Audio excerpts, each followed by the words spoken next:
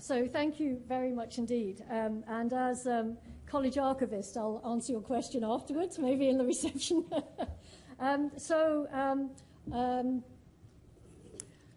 Before I thank our panel, the idea behind this year of events, which we're calling the Library of the Future of the Library, was to open the debate about all the issues that are in our strategy, and that any and all libraries, there are several library directors here, everyone is facing these issues. And so we wanted to generate debate about them all. So in the university strategy, as the Provost said, we read that there were certain themes that go right through the university strategy that was launched last October by the Taoiseach. So there are themes such as internationalization, creativity, innovation and entrepreneurship, engagement with the city, reimagining our education, including online education. So then in the library strategy, there are half a dozen themes that reflect those, that flow all the way through.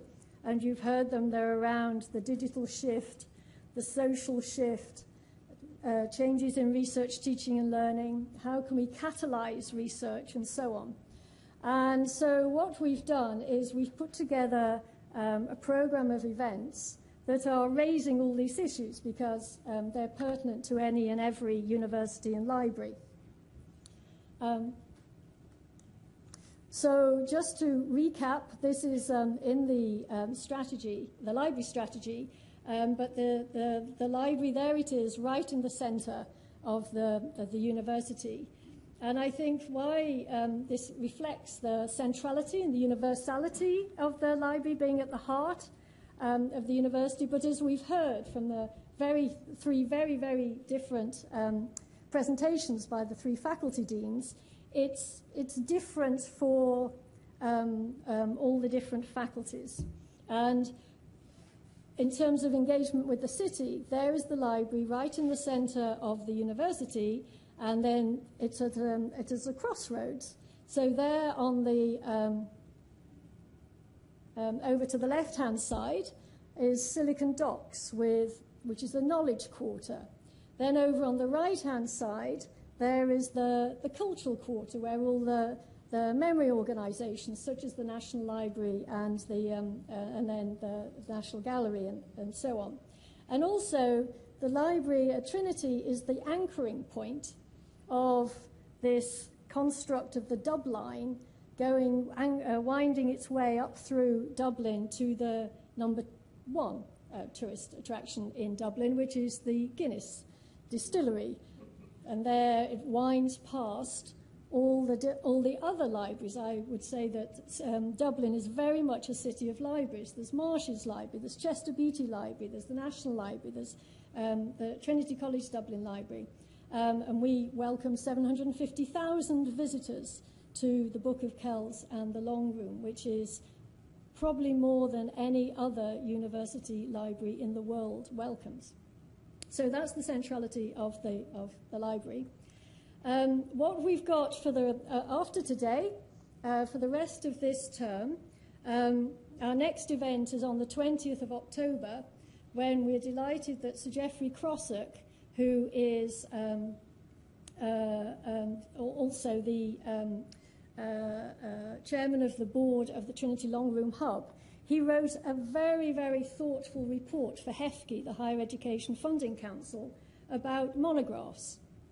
And during Open Access Week, we're having Professor Crossock is going to talk about his report, which it's really thoughtful because it isn't just about the future of publishing and the future of monographs. It's also what's the emotional response of a scholar to having a book published. Why does a book mean more than having 100 journal articles published and so on? So we've got Sir Geoffrey with publisher and author and open access advocate in a debate.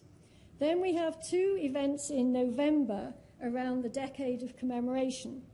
The first one is a rerun of a really moving light installation that we had just for 3 days in April, but we're going to have it for a week when it's darker earlier. And onto the east wall of the 1937 reading room, we project images of students and staff who fell in the Great War. And there's an installation piece around that. But also, in terms of this, how can the collections of Trinity catalyse research, be the basis for student projects and so on? We're going to have a series of lightning talks about how we're library staff at the moment are using the collections in different ways. So, for example, we've got a blog that's coming out every week for a year before April 1916, with just a different piece from the collection and then a story around that. That piece of collection, and that blog is already up for a couple of awards. And then the final event this year will be a conversation with John Bowman, the Booker Award-winning author, who we have the manuscript of his latest work. And he will be in conversation with Professor Chris Monash. And this is all around creativity. To that question before about manuscripts and correspondence and so on. So those are the events we've got for you this term. And then next, in the spring, we'll have an event around web archiving. Also around education, which is absolutely Trinity education is one of our key themes in the university, and the Vice Provost will lead on an event around how learning is changing, how our education methodology is changing, and what does that mean for the library, which segues into an event which will be about libraries, places, library. We've covered a lot of that today. And then also innovation and entrepreneurship, because we will be